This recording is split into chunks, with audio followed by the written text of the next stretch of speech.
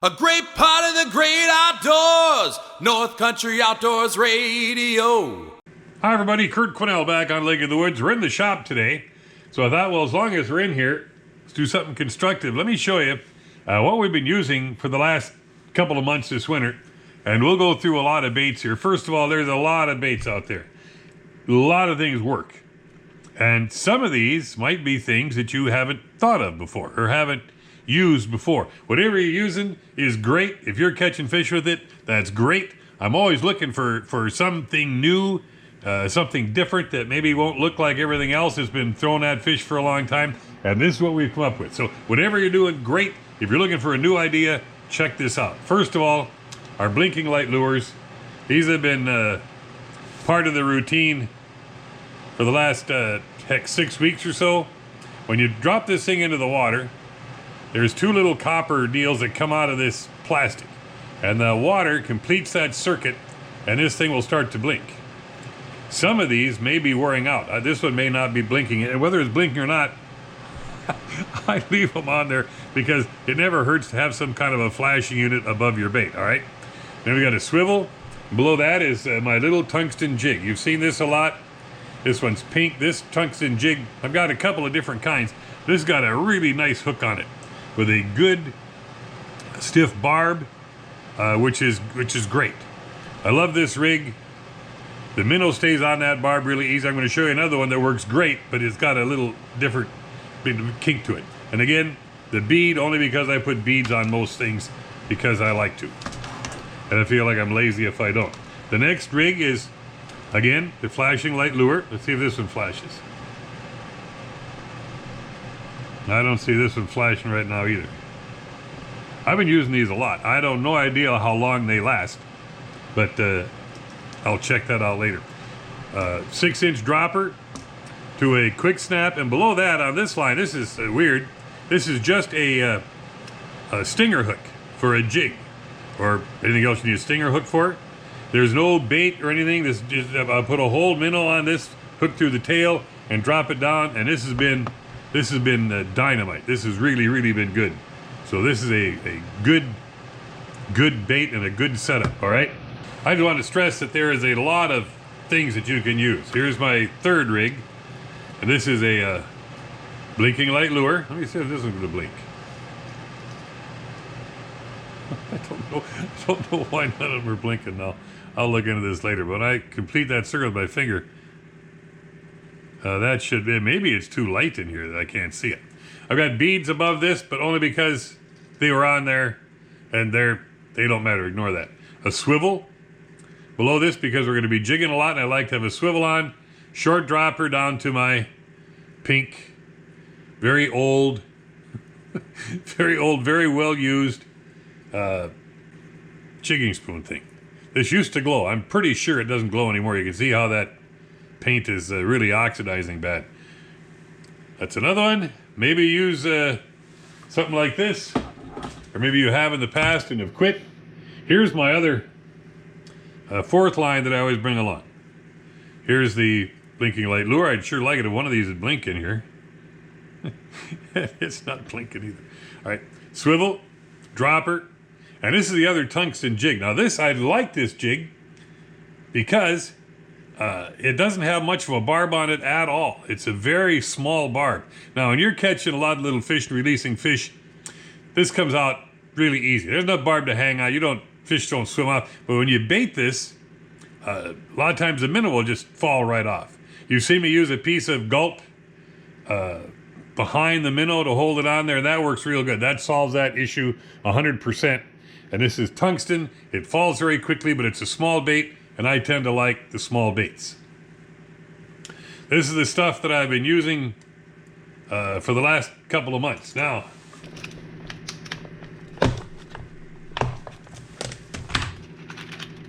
see, I use a lot of small stuff. This is tungsten over here. This is tungsten down here. Well, most of this is this is the old style. A couple little jigging spoons. So I get this stuff off and on throughout the year, but I haven't touched any of it for a while. We'll get to my more interesting stuff here. And here it comes. I call this my junk drawer, all right? For a couple of reasons. I started using Lindy perch talkers. This, I think, is a walleye talker here. And what that is, that's mostly this thing here. You can see it's a...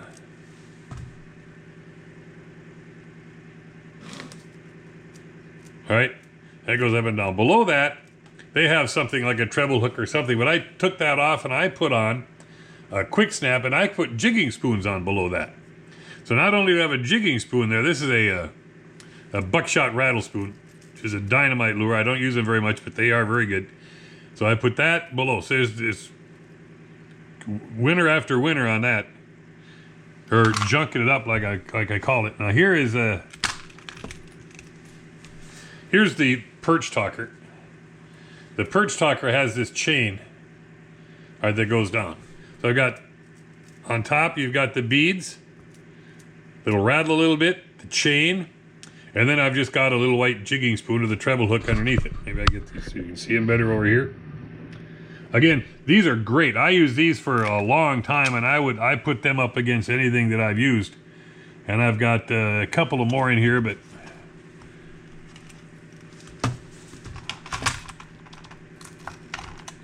this one is the clam jigging spoon, all right? And I put that below a perch talker. And there's the beads.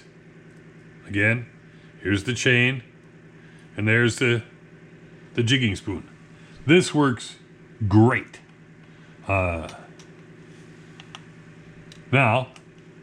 could you just use the jigging spoon? I'm sure that you could.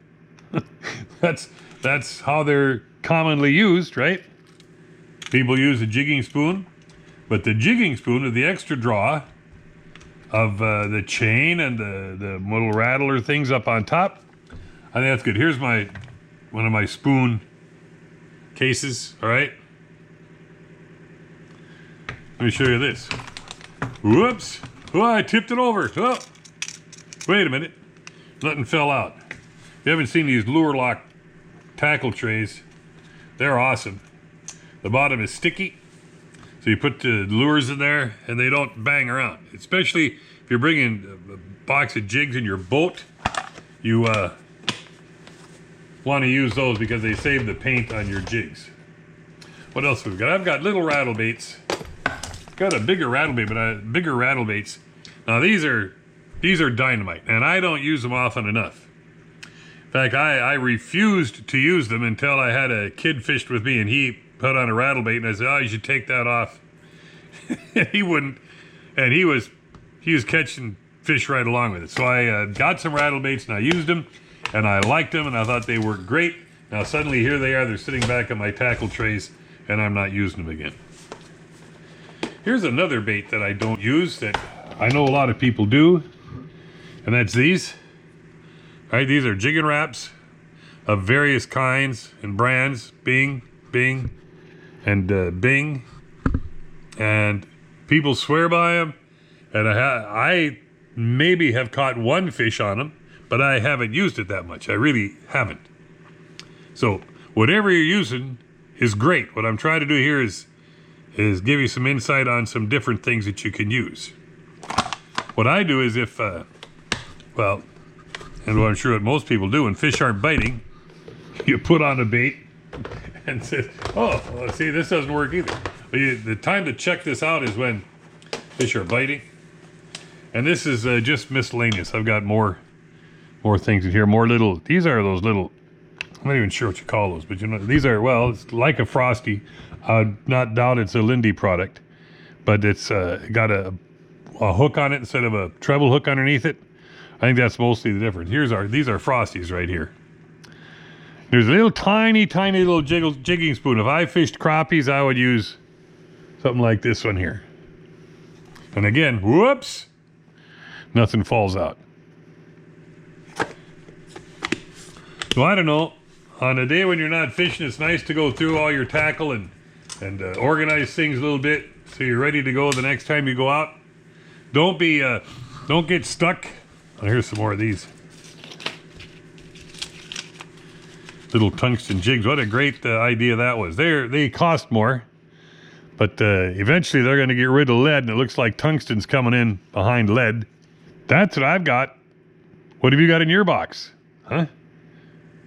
Hope this is giving you some information you can use. Appreciate you following along this winter. From Lake of the Woods, in my shop, I'm Kurt Quinnell. We'll see you out here soon somewhere on the ice.